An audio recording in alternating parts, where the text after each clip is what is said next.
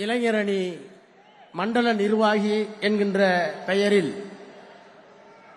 ஒரு மாநில மாநாட்டை நடத்தி கொண்டிருக்கின்ற இயக்கத்தினுடைய இளைஞரணி செயலாளர், தமிழ்நாட்டினுடைய துணை முதலமைச்சர், பேர் அன்பிற்கும் வணக்கத்திற்கும் உரிய ஆருயிர் இளவல் உதயநிதி ஸ்டாலின் அவர்களே, கழகத்தினுடைய துணை பொதுச் செயலாளர் மாண்புமிகு அமைச்சர் வணக்கத்திற்குரிய அண்ணன் துரைமுருகன் அவர்களே, முதன்மை செயலாளர் தமிழக அமைச்சர் எனது பெருமதிப்பிற்குரிய அண்ணன் மாண்புமிகு KN நேரு அவர்களே, துணை பொதுச் செயலாளர்கள் மாண்புமிகு அமைச்சர் அண்ணன் IP அவர்களே, அண்ணன் பொன்முடி அவர்களே, நாடாளுமன்ற உறுப்பினர் அந்தியூர் செல்வராஜ் அவர்களே, மாண்புமிகு அமைச்சர் சகோதரர் சாமிநாதன் அவர்களே, நிறைவாக எழுச்சி பேருரை ஆற்ற இருக்கின்ற தமிழர்களின் தனிப்பெரும் தலைவர், திராவிட மாடல் ஆட்சியினுடைய நாயகர், நம்பர் 1 முதலமைச்சர் என்று இந்தியாவில் பெயரெடுத்திருக்கின்ற வணக்கத்திற்குரிய தலைவர் அவர்களே, வரவேற்புரை நிகழ்த்தியிருக்கின்ற இந்த மாபெரும் மாநாட்டை எழிலார்ந்த வகையில் நடத்தி காட்டிக் கொண்டிருக்கிற எனது அன்பிற்குரிய அண்ணன் மாண்புமிகு அண்ணன் ஏவா வேலு அவர்களே, நன்றியுரை நிகழ்த்தியிருக்கின்ற இளைஞரினுடைய துணை அமைப்பாளர் கஜேந்திரன் அவர்களே, மேடையிலே வீற்றிருக்கின்ற தலைமை கழகத்தினுடைய நிர்வாகிகளே, இளைஞரணியினுடைய மாநில துணை அமைப்பாளர்களே, வருகை இருந்திருக்கின்ற இளைஞரணியினுடைய நிர்வாகிகளே, பெரியோர்களே, தாய்மார்களே, பத்திரிகையாளர்களே, அனைவருக்கும் வணக்கம். ஒரு அரை நூற்றாண்டுக்கு 5 ஆண்டுகள் குறைவு. 45 ஆண்டுகளுக்கு முன்னால் 1980வது ஆண்டு ஜூலை மாதம் 20ஆம் தேதி துவங்கப்பட்ட அணி இளைஞர் அணி. அந்த இளைஞர் அணியை துவக்கி வைத்த நேரத்தில் தலைவர் கலைஞர் அவர்கள் ஒரு முழக்கத்தை முன்வைத்தார். நாங்கள் பெரியாரின் பிள்ளைகள், அண்ணாவின் தம்பிகள், எங்கள் கால்கள் நடப்பதை நிறுத்தாது நடந்து கொண்டே இருப்போம், எங்கள் கைகள் எழுதுவதை நிறுத்தாது எழுதிக் கொண்டே இருப்போம், எங்கள் உதடுகளும் நாவுகளும் பேசுவதை நிறுத்தாது பேசிக்கொண்டே இருப்போம். ஏனென்றால் நாங்கள் ஒரு மிகப்பெரிய அழுத்தமான கொள்கைக்கு சொந்தக்காரர்கள், நாங்கள் பெரியாரின் பிள்ளைகள், அண்ணாவின் தம்பிகள் என்று அந்த முழக்கத்தை முடித்தார். 45 ஆண்டு காலம் உருண்டோடிவிட்டது. அன்றைக்கு சில 100 பேர் நான் பட்டப்படிப்பை துவங்கியிருந்த முதல் ஆண்டு. ஆனால் இந்த மேடையை இன்றைக்கு பார்க்கிறேன், இந்த மைதானத்தை பார்க்கிறேன். எவ்வளவு பெரிய எழுச்சி! இந்த இளைஞரணி எப்படி உருக்கொண்டு இன்றைக்கு ஆருயிர் இளவல் மாண்புமிகு உதயநிதி ஸ்டாலின் என்கின்ற அந்த இளம் தலைவரால் மிகப்பெரிய உயரத்தை, சிகரத்தை எட்டி இருக்கிறது. அந்த மாநாட்டிலே உரையாற்றுகின்ற வாய்ப்பினை தலைவர் எனக்கு வழங்கியிருக்கிறார்கள். அவர்களுக்கும் துணை முதலமைச்சர் அவர்களுக்கும் என்னுடைய நன்றியை முதலில் நான் தெரிவித்துக் கொள்கின்றேன். நான் இந்தியாவில் மட்டுமல்ல, உலகத்திலே தேடி பார்க்கிறேன். தமிழ்நாட்டில் 76,000 கிளைக்கழகங்கள். அந்த ஒவ்வொரு கிளைக்கழகத்திற்கும் ஒரு இளைஞரணி அமைப்பாளர், 3 துணை அமைப்பாளர், அதிலே மாத்திரம் 3 லட்சம் நிர்வாகிகள். எத்தனை பேர் உறுப்பினர் என்பதல்ல, ஒவ்வொரு கிளைக்கும் சேர்த்து தமிழ்நாட்டில் 3,04,000 பேர் இளைஞரணியினுடைய நிர்வாகிகள் இருக்கிறார்கள். 68,000 வாக்குச்சாவடி இருக்கிறது. 68,000 வாக்குச்சாவடிக்கும் பாக முகவர்கள் இளைஞரணியின் சார்பில் இருக்கிறார்கள்.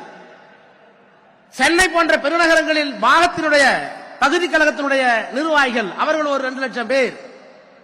ஆக ஏறத்தாழ 5 லட்சம் பேரை கிளைக்கழகம் தொடங்கி தலைமை கழகம் வரை நிர்வாகிகளாக இளைஞனுக்கு பெற்றிருக்கிற ஒரு இயக்கம் இந்தியாவில் அல்ல, உலகத்திலேயே உண்டென்றால் அது திராவிட முன்னேற்ற கழகம். அந்த பெருமையை செய்து காட்டிய மகத்தான ஒரு இளம் தலைவனாக ஆருயிர் இளவல் தம்பி உதயநிதி ஸ்டாலின் அவர்களை நான் பார்க்கிறேன். அவரை நான் பாராட்டுகிறேன், வணங்குகிறேன். அதுவும் சாதாரணமா இப்ப போட்டு காட்டினார்களே, மாவட்ட அமைப்பாளர்களை, துணை அமைப்பாளர்களை நேர்காணல் செய்து அதற்கு கீழே இருக்கிற நிர்வாகிகளை தொலைபேசியிலே சந்தித்து பேசி அப்படியெல்லாம் கொண்டு வந்திருக்கிறார்கள். நான் எண்ணி பார்க்கிறேன் வரலாற்றை. 1993ஆம் ஆண்டு இந்த இயக்கத்திற்கு ஒரு சோதனை வந்த நேரத்தில் குழுவை அண்ணன் கோசிமணி அவர்கள் கூட்டி இந்த இயக்கம் தான் உண்மையான திராவிட முன்னேற்ற கழகம் என்பதை தேர்தல் ஆணையத்திலே நிரூபிப்பதற்காக ஆவணங்களை எல்லாம் பொதுக்குழு ஆவணங்களை எல்லாம் கொண்டு போய் சேர்த்த நேரத்தில் அன்றைக்கு ஆணையத்தினுடைய தலைவராக இருந்த டி.என். சேஷன் சொன்னார், democratically structured only party in India DMK. இப்படி ஒரு தேர்தல் அமைப்பு முறையை, இப்படி ஒரு கட்டுமானத்தை, ஜனநாயகத்தை நான் வேறு எந்த அரசியல் கட்சியிலேயும் காணவில்லை என்று 93 சொன்னார். கொட்டுகிற மலையில், வீசுகின்ற புயலில், சரளை கற்கள் நிரம்பிய மலை உச்சியை நோக்கி நாம் நடக்கிறோம். கையிலே ஒரு அகல் விளக்கு, அந்த அகல் விளக்கு அணையாமல் இருப்பதற்கு தம்பிமார்களே உங்கள் கையை தாருங்கள் என்று சில 100 பேர்களை வைத்துக் கொண்டு ராபின்சன் பூங்காவிலே தொடங்கிய இந்த இயக்கம் இன்றைக்கு திருவண்ணாமலையில் 1,30,000 பேர் அமர்ந்து 91 சட்டமன்ற தொகுதியிலிருந்து வந்து 29 கழக மாவட்டங்களிலிருந்து இத்தனை பேரை கட்டுப்பாடோடு கடமையாற்றுகின்ற பணியை செய்திருக்கின்ற உதயநிதி ஸ்டாலின் அவர்களுக்கு என்னுடைய சல்யூட் சல்யூட் சல்யூட். என்றைக்காவது ஒரு நாள் உலகத்தில் இருக்கிற அரசியல் கட்சிகள் எல்லாம் ஆய்வு செய்து இப்படியெல்லாம் செய்ய முடியுமா என்று பார்த்தால் இவர் செய்திருக்கின்ற இந்த முன்முயற்சி தான் கேஸ் ஸ்டடி, சரித்திரம் சரித்திரம் சரித்திரம். நான் இந்த இயக்கத்தினுடைய மூலத்தை உங்களை அழைத்துக் கொண்டு எண்ணி பார்க்கிறேன். தந்தை பெரியார் இந்த இயக்கத்திற்கு தத்துவத்தை தந்தார். அண்ணன் வேலு அவர்கள் வரவேற்பை நிகழ்த்துகிற போது தந்தை பெரியாரை இந்த வடிவத்திலே பார்க்கிறேன் என்று சொன்னார். கலைஞர் சொன்னார், எரிமலையாய் சுடுதலாய் இயற்கை கூத்தாய், இறைவனுக்கே எதிர்ப்பு சொன்ன இங்கர்சாலாய், ஏனென்று கேட்பதிலே வயிறு நெஞ்ச வால்டேராய், எப்போதும் பேசுவதில் ஏதென்ஸ் நகர் இங்கர்சாலாய் எம் தந்தை வாழ்ந்துட்டார். பம்பரமும் ஓய்வு வரும் சுற்றிய பின், ஆனால் படுகளமாய் போன பின்னும் சுற்றி வந்தார் என்று தந்தை பெரியார் இந்த மண்ணில் சுற்றி வந்தார். அண்ணா ஆட்சி பொறுப்புக்கு வந்து விட்டார் அந்த தத்துவத்தை முன்வைத்து. ஆனால் அப்போது பெரியாருக்கு மனசலிப்பு ஏற்பட்டது. ஏன் வாழுகிறோம் என்கின்ற அந்த விரக்தி ஏற்பட்டது. விடுதலையிலே எழுதினார், புற்றுநோயால் பாதிக்கப்பட்ட பேரறிஞர் அண்ணா அமெரிக்காவில் இருந்தார். பதறி போய் சொன்னார், தலைவர் அவர்களே உங்களுக்கு ஏன் மனசலிப்பு? எனக்கு தெரியும் உலகத்திலே எத்தனையோ புரட்சிகளை பார்த்திருக்கிறேன். ரஷ்யாவிலே 2 தலைவர்கள், மார்க்ஸ் லெனின், பிரெஞ்சு புரட்சிக்கு வால்டேர் ரூசோ, 2 தலைவர்கள், 2 நூற்றாண்டு வெவ்வேறு காலகட்டம். தத்துவத்தை தந்தது ஒருவர், அதை அரியணை ஏற்றவர் இன்னொருவர். ஆனால் எனக்கு தெரிந்த ஒரு தத்துவத்தை ஒரு தலைவன் சொல்லி அவருடைய வாழ்நாளிலேயே அந்த தத்துவம் வெற்றி பெற்ற வரலாறு உங்களுக்கு மட்டும்தான் இருக்கிறது, ஏன் உங்களுக்கு சோர்வு என்று கேட்டவர் பேரறிஞர் அண்ணா. அந்த அண்ணா இயக்கத்தை கட்டியமைத்து ஆட்சி பொறுப்பிற்கு வந்தவுடன் தமிழ்நாடு என்று இந்த நாட்டுக்கு பெயர் சூட்டினார். தமிழ்நாடு என்று பெயர் இருக்கிற வரை இந்த நாட்டில் யார் முதலமைச்சராக இருந்தாலும் அண்ணாதுரை தான் தமிழ்நாட்டை ஆளுகிறார் என்று அண்ணா சொன்னார். அதை இந்த மேடையிலே நான் எண்ணி பார்க்கிறேன். கலைஞர் ஆட்சி பொறுப்பிற்கு வந்தார். நாங்கள் நாடாளுமன்றத்தில் 20 ஆண்டு காலம் இருக்கிறோம். தமிழுக்கு செம்மொழி மட்டுமல்ல, பெண்ணுக்கு சொத்துரிமை மட்டுமல்ல, ஆட்சியிலே அவர் எப்படி பணியாற்றினார், கொள்கையிலே எப்படி பணியாற்றினார். 56 இன்ச் மோடி அவர்கள் நாடாளுமன்றத்திலே சொன்னார், சுதந்திரம் அடைந்து இத்தனை ஆண்டுகள் கழித்து நேரு செய்யவில்லை, இந்திரா காந்தி செய்யவில்லை, நான் தான் செய்தேன். என்ன செய்தேன்? 40,000 கிராமங்களுக்கு மின்சாரம் போய் சேரவில்லை, நான் தான் சேர்த்தேன். குடியரசுத் தலைவர் உரையிலே சொன்னார். நான் பேசுகிற போது சொன்னேன், பிரதமர் அவர்களே இன்றைக்கு 2024 சொல்லுகிறீர்களே 40,000 குடும்பத்துக்கு வீட்டுக்கு நாங்கள் மின் இணைப்பு கொடுத்தோம் என்று. 1974 எல்லா கிராமத்திற்கும் மின்சாரத்தை கொண்டு போய் சேர்த்த ஒரு தலைவன் கலைஞர் என்கின்ற அந்த தலைவன், மகத்தான தலைவனை தலைவராக பெற்ற இயக்கம் இந்த இயக்கம் என்று சொன்னேன். இப்படி பெரியார், அண்ணா, கலைஞர் இந்த தத்துவங்களை எல்லாம் தாங்கி இருக்க நம்முடைய தலைவர் இங்கே இருக்கிறார். சுருக்கமாக சொன்னால் திராவிட மாடல் அரசை இயக்கிக் கொண்டிருக்கிறார். பெரியார் தனிநாடு கேட்டார், திராவிட நாடு கேட்டார், தமிழ்நாடு கேட்டார். அண்ணா திராவிட நாடை கைவிட்டு விட்டு தனித்தமிழ் நாட்டை கைவிட்டு விட்டு மாநில சுயாட்சி கேட்டார். மாநில சுயாட்சிக்காக தீர்மானம் போட்டார் கலைஞர். தனிநாடு கேட்டவர் பெரியார், மாநில சுயாட்சி வேண்டியவர் அண்ணா, தீர்மானம் போட்டவர் கலைஞர். தீர்மானத்தோடு நிற்கவில்லை. இன்றைக்கு மாநிலத்துடைய உரிமைகள் பறிக்கப்படுகிற போது நீட்டாக இருந்தாலும் ஏற்றுக்கொள்ள மாட்டோம். பொருளாதாரத்திலே முன்னேறியவர்கள், எக்கனாமிக்கலி வீக்கர் செக்ஷன் என்று சொல்லுகின்ற பொருளாதாரத்திலே பின்னடைந்தவர்கள் என்பதற்காக இடஒதுக்கீடு தருகிறீர்களே, உண்மையான இடஒதுக்கீடு கோட்பாட்டை தவிர்த்து விட்டு அதை ஏற்றுக்கொள்ள மாட்டோம். விஸ்வகர்மா என்ற ஒரு திட்டம், அந்த திட்டத்தை நாங்கள் ஏற்றுக்கொள்ள மாட்டோம். நாடாளுமன்றம் இயக்கிற சட்டத்தை ஏற்றுக்கொள்ள மாட்டோம். Political will of the reflected in the parliament.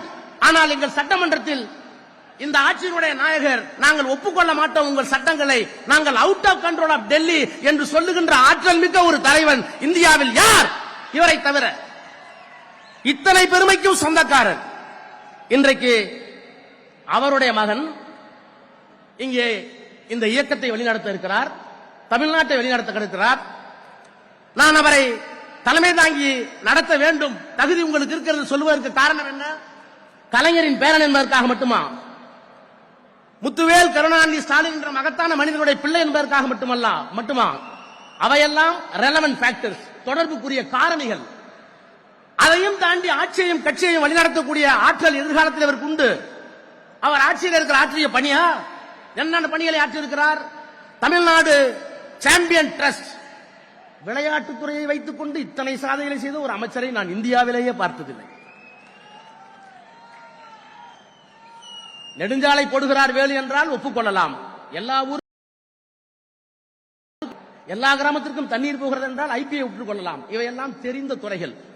ஆனால் விளையாட்டுத் துறையில் இவ்வளவு விந்தைகளை செய்யக்கூடிய ஆற்றலை பெற்ற ஒரு அமைச்சரை, தம்பி உங்களைத்தான் நான் பார்க்கிறேன். எத்தனை திட்டங்கள்! தமிழ்நாடு சாம்பியன் ட்ரஸ்ட், போட்டிக்கு போவதற்கு முன்பாக ஊக்கத்தொகை, தேசிய முதல் ஒலிம்பிக் வரை யார் பதக்கம் பெற்றாலும் அவர்கள் அழைத்து வந்து பதக்கம். எலைட் ஸ்போர்ட்ஸ் பர்சன் ஸ்கீம், உலக போட்டியா ஒலிம்பிக் போட்டியா எல்லா செலவையும் நாங்கள் ஏற்றுக்கொள்கிறோம். இன்டர்நேஷனல் மெடல் ஸ்கீம், 12 லட்சம் ரூபாய் ஒரு வீரனை தயார் செய்வதற்கு. சாம்பியன் டெவலப்மெண்ட், 20 வயதுக்கு உட்பட்டவர்களை எதிர்காலத்தில் தயார் செய்வதற்கு திட்டம். இதையெல்லாம் கூட நான் ஏற்றுக்கொள்கிறேன். சாதாரண சிந்திப்பிலே கூட வந்திருக்க கூடும். தலைவருக்கு பரிசு இருக்கிறீர்களே, அவரிடத்திலே சொல்லி இன்னொரு வேலையை செய்தீர்களே. உள்ளாட்சி துறையில் இன்றைக்கு நான் பெரம்பலூரில் இருந்து கிளம்பினேன். கை கால் இரண்டும் நடக்க முடியாமல் குழந்தை போல ஒருவர் நடந்து வந்தார். ஏனையா சொல்லியிருந்தால் நான் வந்து மனு வாங்கியிருப்பேனே கையில் இருக்கிற மனுவை என்று கேட்டேன். நான் மனு கொடுக்க வரவில்லை, நான் ஒரு பட்டதாரி ஆசிரியர். பிறகு எதற்காக வந்தீர் என்று கேட்டேன். ஒரு லேமினேட் செய்யப்பட்ட காகிதத்தை காட்டினார். உள்ளாட்சி அமைப்பில் நான் இன்றைக்கு ஒரு கவுன்சிலராக ஆக்கப்பட்டிருக்கிறேன். அதற்கு காரணம் உதயநிதி ஸ்டாலின் தன்னுடைய தந்தையிடத்தில் சொல்லி எனக்கு வாங்கி கொடுத்திருக்கிறார். நான் பார்க்கிறேன். நொண்டி என்றார்கள், முடம் என்றார்கள், குருடன் என்றார்கள், செவிடன் என்றார்கள். ஐநா மன்றம் அவர்கள் அப்படி சொல்லக்கூடாது, மாற்றுத்திறனாளி என்று சொல்லி சொன்னது. ஐநா சொன்ன அந்த கட்டளையை தமிழ்நாட்டில் இருக்கிற எந்த முதலமைச்சரும் பார்க்கவில்லை, கேட்கவில்லை, நிறைவேற்றவில்லை. ஆனால் கலைஞர் என்ற மகத்தான மனிதர் தான் இந்தியாவில் அவர்களை மாற்றுத்திறனாளி என்று அழைத்தது மட்டுமல்ல, அவர்களுக்கு ஒரு தனி துறையை உருவாக்கினார். அவருடைய பேரன் இன்றைக்கு உள்ளாட்சி அமைப்புகளில் தேர்தல் இல்லாமல் மாற்றுத்திறனாளி ஒரு உள்ளே போகிறார். இப்போது சொல்லுங்கள், கலைஞருக்கு, மாண்புமிகு முதலமைச்சருக்கு அவர் ரத்தத்திற்கு மட்டுமா வாரிசு? இல்லை, அவர்கள் கொண்டிருக்கிற லட்சியத்திற்கு வாரிசு. இத்தனையும் செய்திருக்கிறார் ஆட்சியில். இதற்காக கூட உங்களை நான் தலைவர் என்று சொல்ல எத்தனிக்க மாட்டேன். இவையெல்லாம் எல்லா அமைச்சர்களும் செய்யலாம். உங்களை எங்கே பார்க்கிறேன்? சனாதனத்திற்கு மண்டியிட மாட்டேன் என்று சொன்னீர்களே. உச்ச நீதிமன்றத்திலே ஒரு வழக்கு, இந்தியாவில் 20க்கும் மேற்பட்ட உயர் நீதிமன்றங்களில் வழக்கு. பயந்தாரா? என்ன செய்ய போகிறோம் என்று திகைத்தாரா? சிறை என்றால், சிலுவை என்றால் தூக்கி திரும்பதற்கு எத்தனை பேருக்கு முடியும்? எதிர்த்து நின்றார். மண்டியிட மாட்டேன், கொள்கையோடு இருப்பேன். அந்த தலைவா, அதற்காக உன்னை நான் நிற்கிறேன். பொய்ப்பெட்டி என்றும் பாசறை என்றும் ஆரம்பித்தீர்களே. முரசொலியில் பாசறை பக்கம் யாரு கொடுத்த ஐடியா தெரியலையே. பொய்ப்பெட்டி திராவிட முன்னேற்ற கழகத்தின் மீது, பெரியார் மீது, அண்ணா மீது, கலைஞர் மீது, முதலமைச்சர் மீது, தத்துவங்கள் மீது பொய் புகார்கள், அவதூறுகளை பேசிய நேரத்தில் அதற்கு பொய்ப்பெட்டி என்று பெயர் கொடுத்து நாடறிந்த பேச்சாளர்களை அழைத்து வந்து அவர்களுக்கெல்லாம் விளக்கம் சொன்னீர்களே. அந்த விந்தையை உங்களுக்கு யார் கற்றுக் கொடுத்தது? பாசறை பக்கம், முரசொலியில் கடைசி பக்கம் உழைத்தவர்கள் யார்? அவர்கள் சொன்ன சிந்தனை என்ன? அந்த சிந்தனையை எப்படி வரையறுத்தார்கள்? அவர்கள் போட்ட தடத்தில் நாம் எப்படி நடந்து போவது? இதற்கு ஒரு பக்கம் யார் கொடுத்தார்கள்? அறிவின் மீது தாகம், லட்சியத்தின் மோகம். ஒரு சட்டமன்ற தொகுதிக்கு ஒரு லைப்ரரி, புத்தகத்தை படியுங்கள். முத்தமிழ் அறிஞர் பதிப்பகம். கார்ல் மார்க்ஸை பார்க்கிறேன், சிறு புத்தகமாக வருகிறது. பெரியாரை பார்க்கிறேன், அண்ணாவை பார்க்கிறேன், ட்ராக்ஸியை பார்க்கிறேன். மார்க்சியம் பேசுகிறது. யார் அம்பேத்கர், யார் சாதி ஒழிப்பு, இத்தனைக்கும் சிறு நூல்கள். முத்தமிழ் அறிஞர் பதிப்பகம். அதை யார் உங்களுக்கு சொன்னது? அது மட்டும்தானா? முடிக்கிறேன். கருத்தரங்கம், புத்தக கண்காட்சி. ஆண்டவனுக்கு திருவிழா இந்த மண்ணில் நடக்கிறது.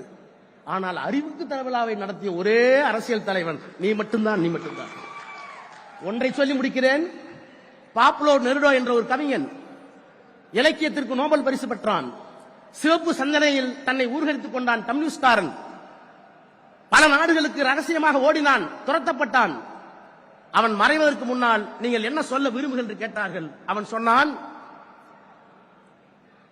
தத்துவ ஆறு தலைமுறையை தாண்டி பயணிக்கிற போது, ஒரு தத்துவ ஆறு, ஒரு இயக்கத்தின் தத்துவ ஆறு தலைமுறையை தாண்டி பயணிக்கிற போது,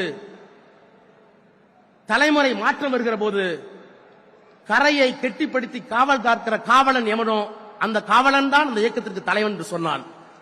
தத்துவ ஆறு ஓடிக்கொண்டே இருக்கிறது. அந்த தத்துவ ஆற்றை கரையை பலப்படுத்திக் கொண்டிருக்கிறீர்கள். பாப்புலோ நெருடோ சொன்னான், அந்த காவலன் தான் தலைவன் என்று. நான் உரிமையை அழைக்கிறேன். தம்பி வா, எதிர்காலத்தில் இயக்கத்தை நடத்து. வாழ்க வெல்க. நன்றி.